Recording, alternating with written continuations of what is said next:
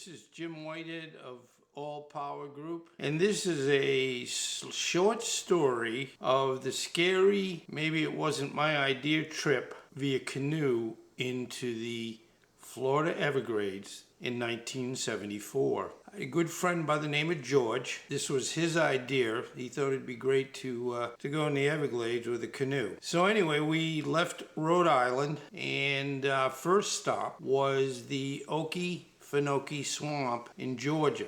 We just kind of wanted to see what that swamp was like. We then came down to the Everglades, and you can see the typical picture of what waterways look like in a swamp. At one point, they all look the same. But anyway, the first night when we arrived at the Everglades Park, we stayed in just a camp area that they had, and we had brought 2 pup tents, which actually was a good idea. And the first night we had filled up, because we were leaving the next morning, we filled up our 5-gallon water container because it's hot and you need a lot of water. Well, I get up in the middle of the night, get out of the pup tent, and found myself standing in a big puddle of water. Well, as you see in a little bit, you'll see a picture of the raccoon that just loved to be with us and follow us throughout the trip. So what we did is we picked up the canoe, we drove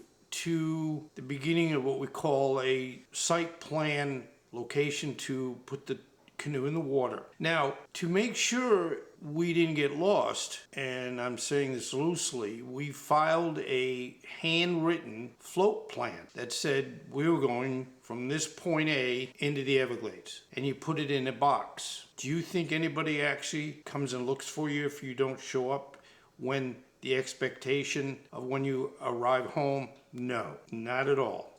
Now, back then, in setting the stage, you've got to recognize that there are no phones, cell phones, no GPS. So, and you'll see in a minute how we had to navigate, and this isn't a short distance. We had to paddle and find our location and find where we needed to go quite often. We got in the canoe and started out. Now, we look pretty young back then because we were young back then, but you know how it goes. You never expect that you're going to get old. Now, as I mentioned a minute ago, there were no phones, no GPS. Only way of navigating from getting from point A all the way to the trip and where we wanted to go were these red signs that you can see in the picture. The red signs would say, okay, this is the way you continue to the next point. We found many times, because of distance to the next point, the sun, and in some cases overgrown swamp, sometimes we'd have a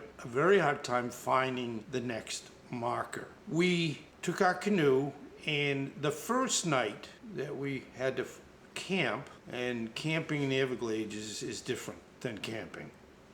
No air conditioning, very little water, and because of our raccoon, he would make sure that our supplies would be at the bare minimum. But anyway, the first night we found a small area that was land within the mangroves, and that's where we set up our first camp. Now, what is scary, again, here you can see us trying to find our way, and everything all looks the same. But when we got to this camp, we set up our pup tents, and what was very interesting, by the way, there's the raccoon, not the same one, but that's a raccoon that really wanted to go on the trip with us and make sure, as I said earlier, that our provisions would last to take care of what he wanted to. Now, what happened when we were setting camp up, I cannot exaggerate when I tell you how many mosquitoes were in the Everglades at that time. It sounded, when you could hear them, not by when it's going by your ear, but there's so many, all you hear is a buzzing mosquito noise, very, very loud. Now what happened, I guess we were smarter, we had the pup tents, and whatever you do, in the night especially, don't come out of the pup tent.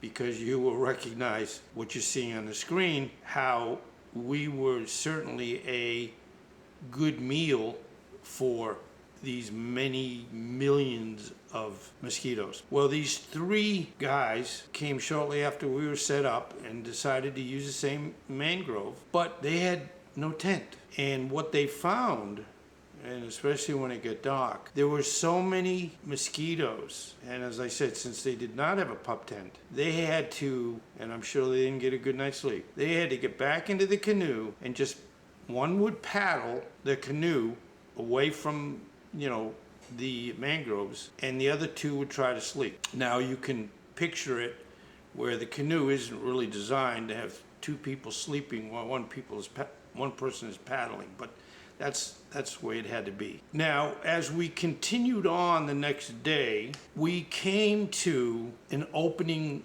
and it was called Whitewater Bay, a big area of just water. And again, we're trying to make sure we've got to get from one side of the lake to the correct location on the other side of the lake, and that was easier said than done.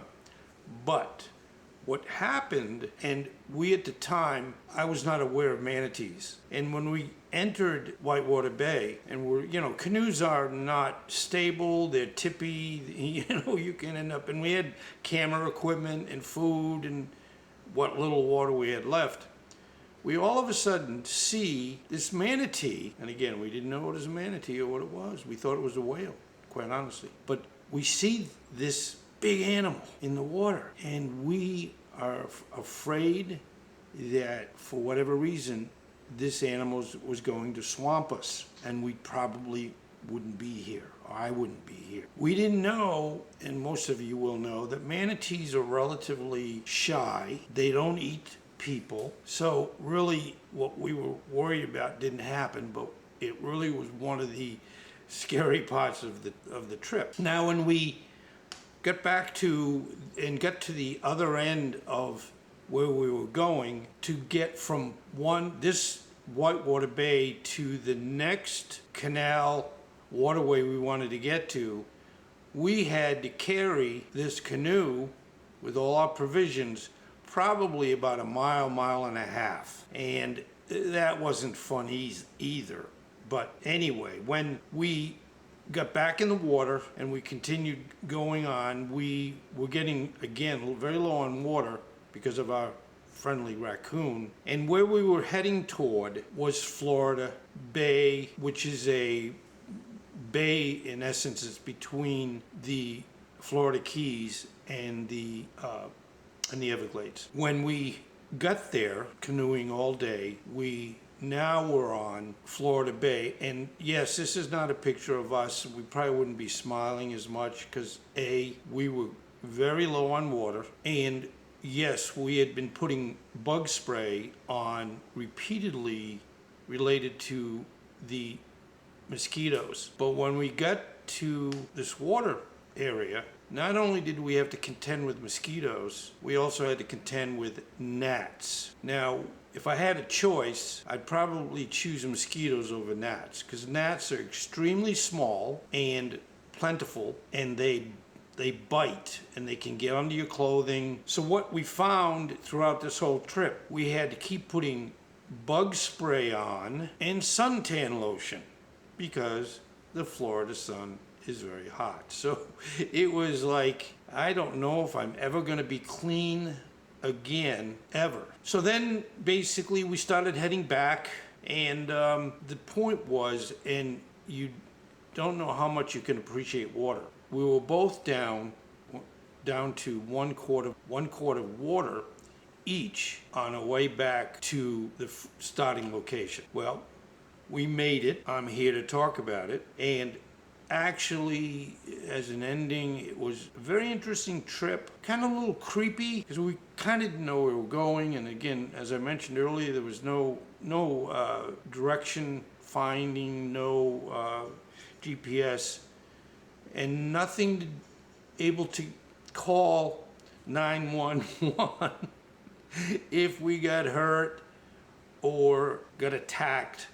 So, and I was probably 24, 25 years old. You know, at that age, you're kind of a little stupid, and you might take chances that you wouldn't take today. But we made it. It was a nice opportunity to really get inside the Everglades and see all the varied types of animals and reptiles, flying birds, cranes. Now, the last parting question, would I do it again? No. That said, I want to thank you very, very much for being here. And again, this is Jim White of All Power Group.